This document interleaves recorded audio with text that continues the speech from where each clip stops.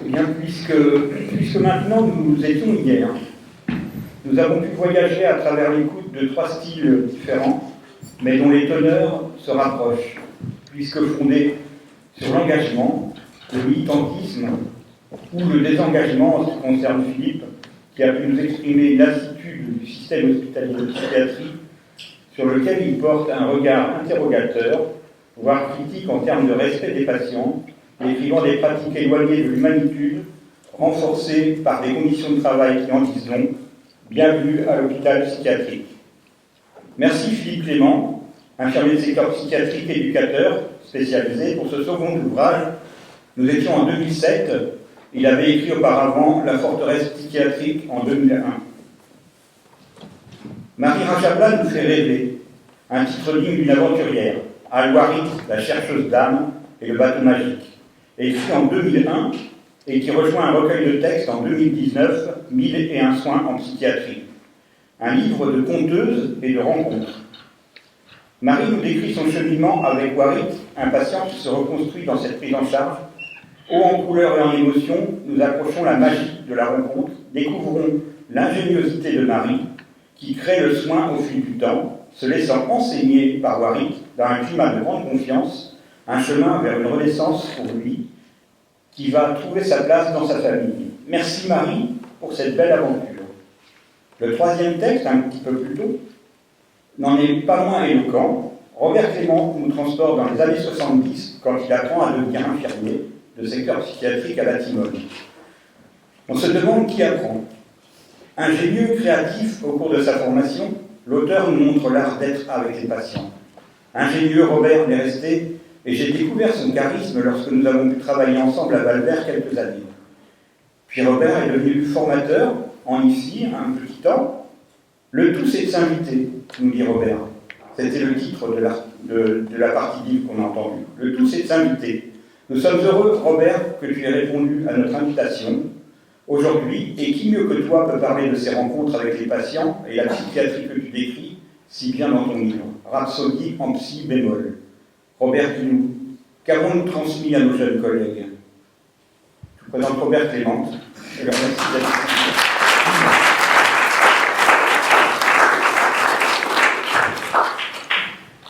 D'abord, je devrais parler comme ça, au pied levé, puisque je remplace la personne qui devrait être ici normalement. Et comme je suis plus tout jeune, je ne vais pas me... Tu peux laisser lui. Voilà, la bonne position. Donc, vous parlez de la transmission, pour moi, c'est si, je ne sais pas, vous parlez martien. Je saurais vraiment vous donner, à part la mienne, une idée. Oui, je peux vous donner mon idée de la transmission, mais c'est que la mienne, ici.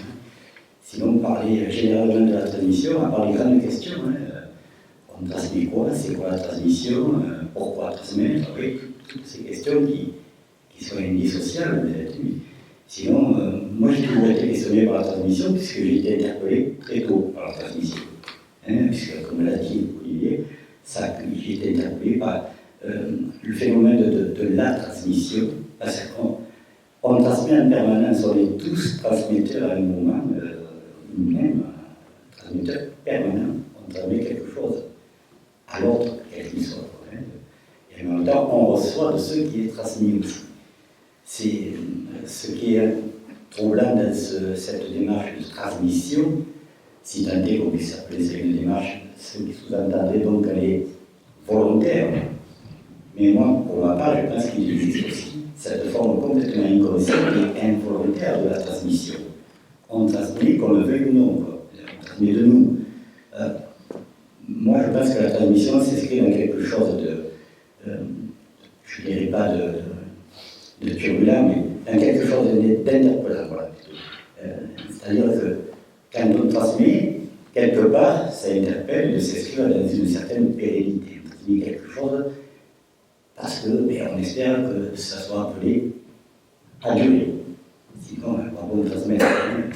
Maintenant, après, est-ce que ce qu'on transmet est bien, pas bien? On est tous modèles à un moment de notre parcours. On est forcément modèle pour quelqu'un d'autre. Et ce quelqu'un d'autre est forcément lui aussi modèle pour encore quelqu'un d'autre, qui peut être même moi-même. Vous voyez, donc, cette transmission qui s'inscrit quelque part dans l'humanité, est-ce qu'elle est bonne, est-ce qu'elle est moins bonne, est-ce qu'elle n'est pas bonne? Il peut y avoir des transmissions complètement avec lesquelles on n'est pas d'accord. Hein. Puis, il y a tout ça qu'il faut considérer. Hein. Après, moi, comme je me l'étais donné en 1970 en découvrant l'hôpital psychiatrique, je m'étais dit, dès que j'ai bien eu bienvenue à l'hôpital psychiatrique, je m'y suis revu.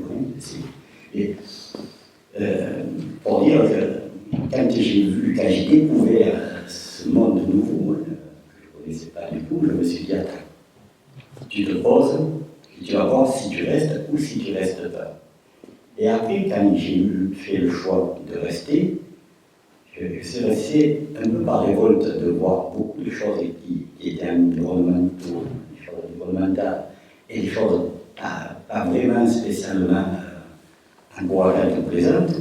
Je me suis dit, si tu restes, c'est parce que tu accepteras de toi rester dans ce statut. Je l'ai créé pour moi, ce statut, bien sûr, hein, d'infirmier militant. Si tu restes, c'est parce que tu auras été capable d'être dans ce statut d'infirmier militant de quoi? Militant de l'humain, tout simplement. Sans aller chercher les choses de la formation, les choses de la transmission, parce que finalement, ce qu'on transmet, c'est de nous-mêmes, hein, quelque part. Après, bon, c'est vrai que dans notre tradition, il y a ce phénomène culturel qui veut que ça soit appelé à être pérennisé quelque part. Un phénomène culturel, c'est-à-dire ensemble de pratiques partagées par le même groupe. C'est ça, en gros, la culture qui fait qu'on transmet, hein, et qui va retransmettre depuis des siècles, l'art de réduire les têtes des tribus ennemies. Pour autant pas dire que nous, on est d'accord avec ça, ou que même certains givarots eux-mêmes sont d'accord avec ça. Mais en tout cas, c'est ça qui se transmet. J'ai entendu tout à l'heure Muriel, une ancienne collègue de la Timone, dire qu'à l'époque où elle a débarqué à Marseille, elle s'est débarquée sur le lit, on a déconseillé Édouard Toulouse. Ce qui se transmettait, c'était qu'Édouard Toulouse, c'était pas bien. Oui. Moi, personnellement, à l'époque, j'avais, comme sur Saint-Élis, et 11, je connaissais les deux. J'étais à la Timone, puisque je travaillais à la Timone, et j'avais des amis qui travaillaient à Édouard Toulouse. Et je ne vois pas en quoi Édouard Toulouse était moins bien que la Timone, par exemple. Vous voyez, comme quoi, ce qu'on peut transmettre après, ça risque de s'inscrire dans une représentation sociale qui n'est qu'une représentation sociale. Souvent, les représentations sociales déforment et beaucoup ce que sont censés justement représenter. Avec un noyau, et après on a mis ce noyau avec des choses qui circulent autour, qui sont des ressentis particuliers les uns et les autres qu'on amalgame. Mais après, est-ce que ça traduit bien ce qu'il a dit?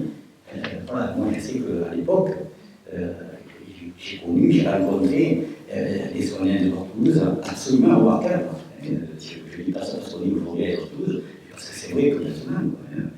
Autant qu'à la Timone, j'ai connu aussi des infirmiers tout à fait remarquables et des gens qu'il convenait d'éviter, évidemment.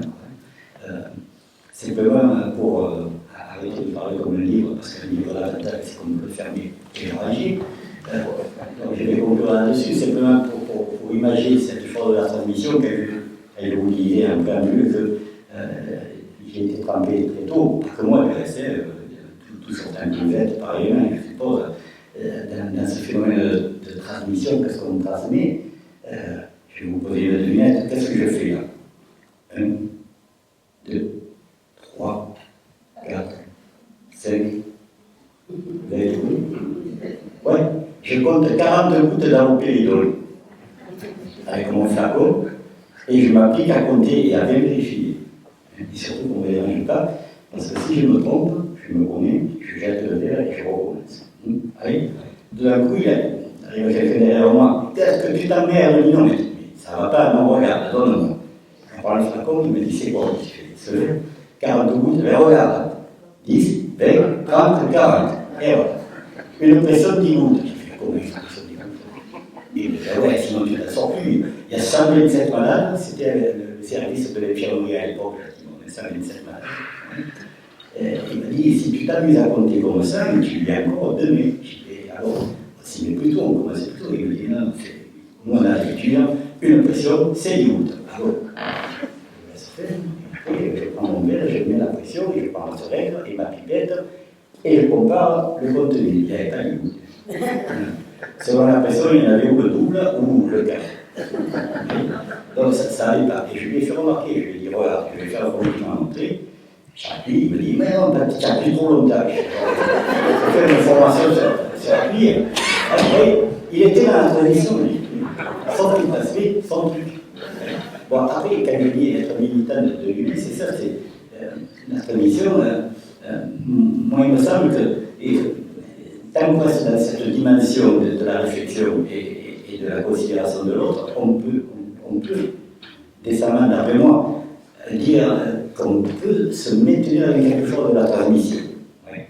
Après, évidemment, on peut ne pas être d'accord, mais ouvrir une porte où on discute de ce qu'on a la prétention, ce que, par exemple, je pourrais avoir comme prétention de te montrer, justement, pour ton bien, pour te permettre de progresser, d'être mieux, d'être meilleur, d'être tout ce qu'on veut. Et est-ce que tu es d'accord avec ça? Oui, parce qu'il y a tout ça dans cette mission. Alors, c'est vrai qu'actuellement, en psychiatrie, je pense que oui, on a beaucoup aidé. Heureusement, il y a toujours, le monde de la psychiatrie a toujours été peuplé de personnes hyper intéressantes et hyper militantes, heureusement, qui ont pu même à un moment transmettre ce qu'on pourrait appeler un modèle pérennisable, comme les pionniers de la psychothérapie institutionnelle, qui ont transmis de quoi faire avec l'autre en tant que posture, en tant que comportement, en tant que beaucoup de choses. Mais après, évidemment, tout ça, ça dépend du sujet, de l'individu, de la personne. Alors, qu'est-ce qu'on a transmis? Moi, à l'heure qu'il est, je dirais en même temps beaucoup de choses super bien et en même temps beaucoup de choses super inquiétantes, quoi, je veux dire, parce qu'il y a ça aussi qu'il faut bien que les deux cheminent.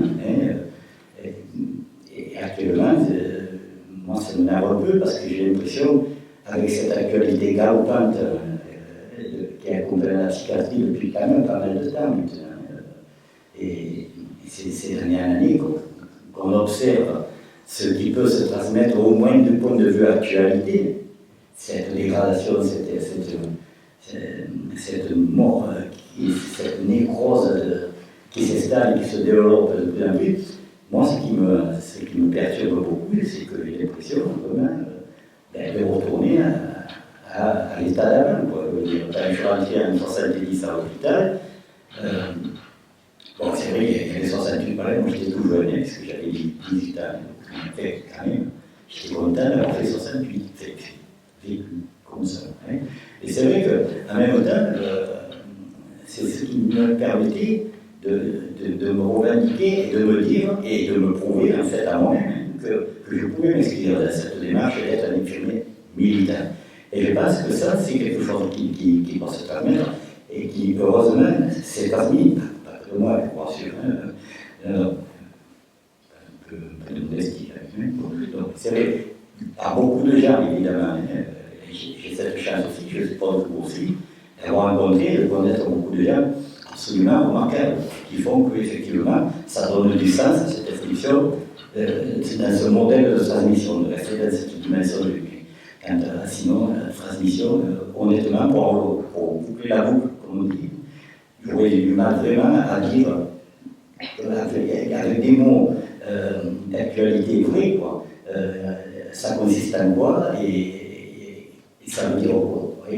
Et surtout que moi, je dissocie dans ma tête ce qui est dehors de la transmission de la formation. La formation, ce n'est pas forcément de la transmission. La formation, parce que la transmission, d'après moi, on ne peut pas la mettre en protocole, on ne peut pas protocoliser quelque chose du singulier. Ce que je peux transmettre sera différent de ce que vous pouvez transmettre, qui sera encore différent de votre voisine et tout et tout. Et à l'arrivée des courses, c'est là que la richesse se fait, dans cet échange de transmission. Par contre, la formation, on peut la mettre en protocole, c'est ça, hein, pour faire une piqûre, on fait comme ça, comme ça, comme ça, comme ça.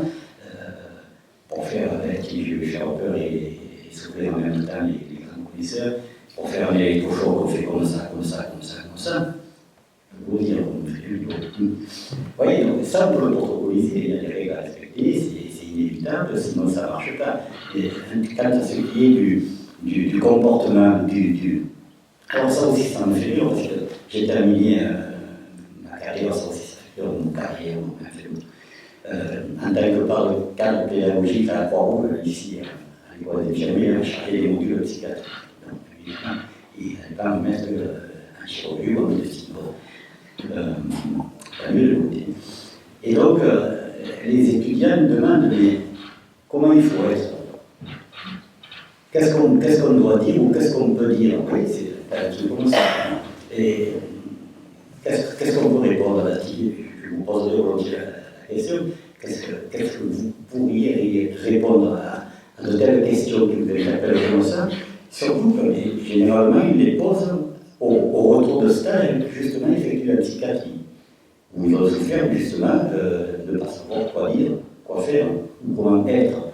Alors que ça, par contre, la formation et la transmission, le pose en protocole. Relation avec le malade, savoir-faire, le savoir-être. D'accord, mais c'est quoi le savoir-être? Là, on vous le décline pas. Hein. Installer le climat de confiance. S'il y a des récents diplômés, là, ça va parler, sinon, il y a de sorte, tous les sortes. On installe le climat de confiance. Ok, chef, commun. Là, il n'y a rien qui se fait. Et c'est normal. Comment voulez-vous décliner l'installation d'un climat de confiance? C'est une affaire de rencontre.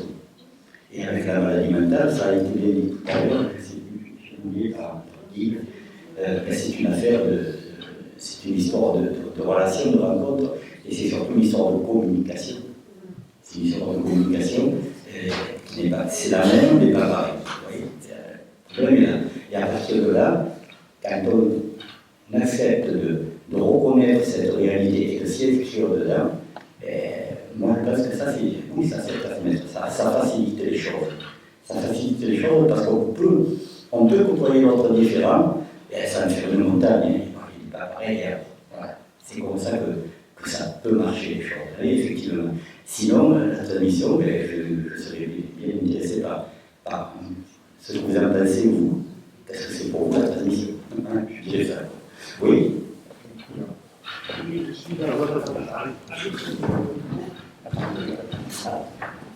avez une question très importante.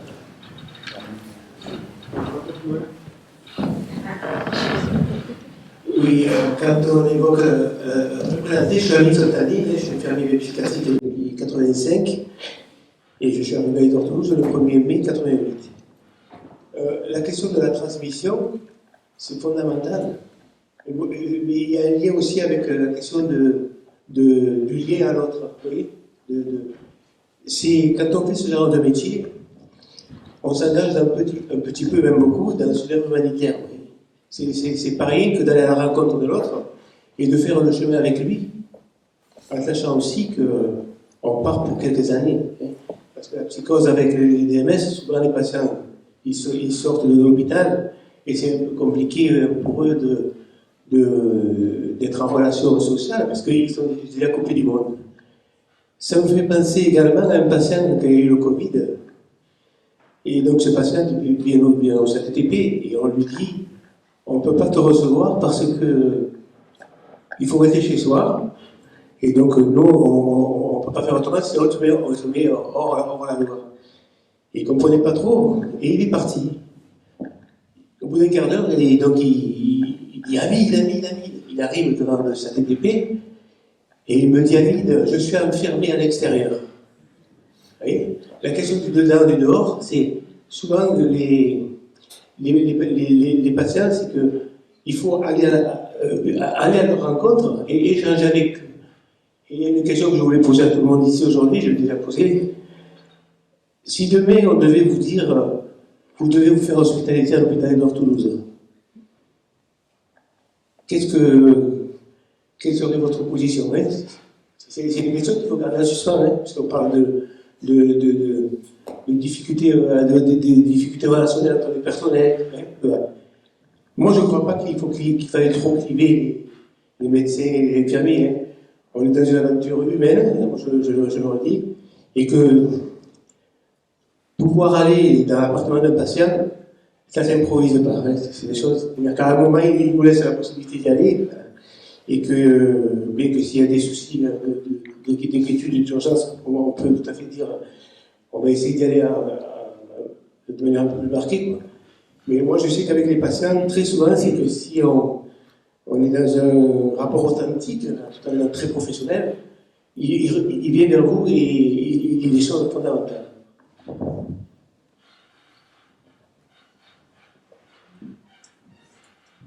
J'arrive.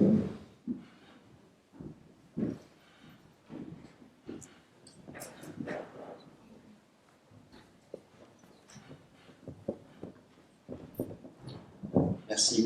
Déjà, je voudrais faire un remerciement à tous les comédiens qui sont passés ce matin, comédiens, comédiennes, parce que dans la lecture des textes qui a été mis en lumière par ces artistes, en fait, alors, personnellement, ça m'a fait écho sur ma carrière, en fait, parce que donc moi, je m'appelle Alain, je suis infirmier de secteur psychiatrique, diplômé de 1987.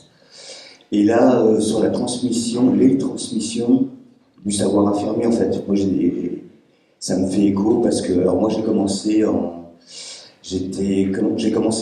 un premier service en pédopsychiatrie en Île-de-France, à l'hôpital Père et Vaucluse, dans l'Essonne.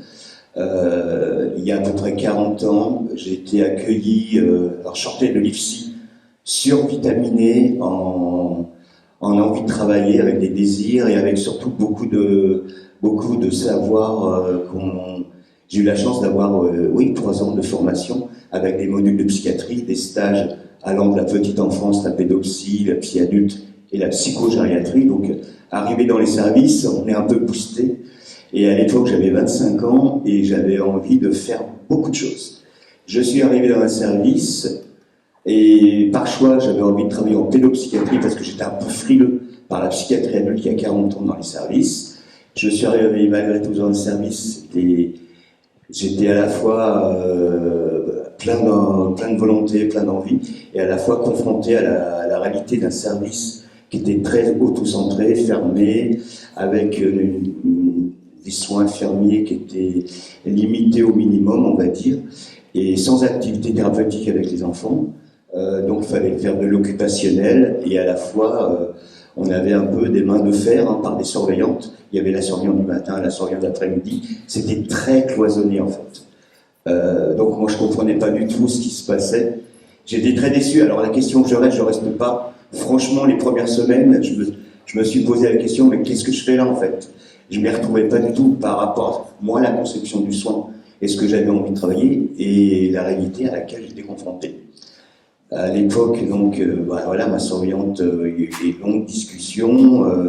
C'était, juste pour donner un petit exemple, sans rentrer dans les détails, les enfants, sur les repas, il y avait, les enfants mangeaient seuls sur des tables. Il y avait la table des soignants, des blouses blanches, et il y avait les placards avec toute la vaisselle des enfants d'un côté, la vaisselle des adultes de l'autre côté. Ça me fait écho ce que vous disiez, parce que est-ce que la psychose, est-ce qu'il y a un côté contaminant de la psychose? Là, c'était des enfants autistes et psychotiques, hein, à l'hôpital.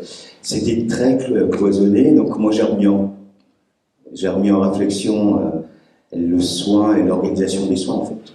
Je vous cache pas que, je regarde ma carte d'aujourd'hui, à l'époque, ma surveillante, j'étais pas bien, comment dire, ça c'était pas facile. Hein. J'étais un peu même traité de, voilà, eu trop de choses, etc.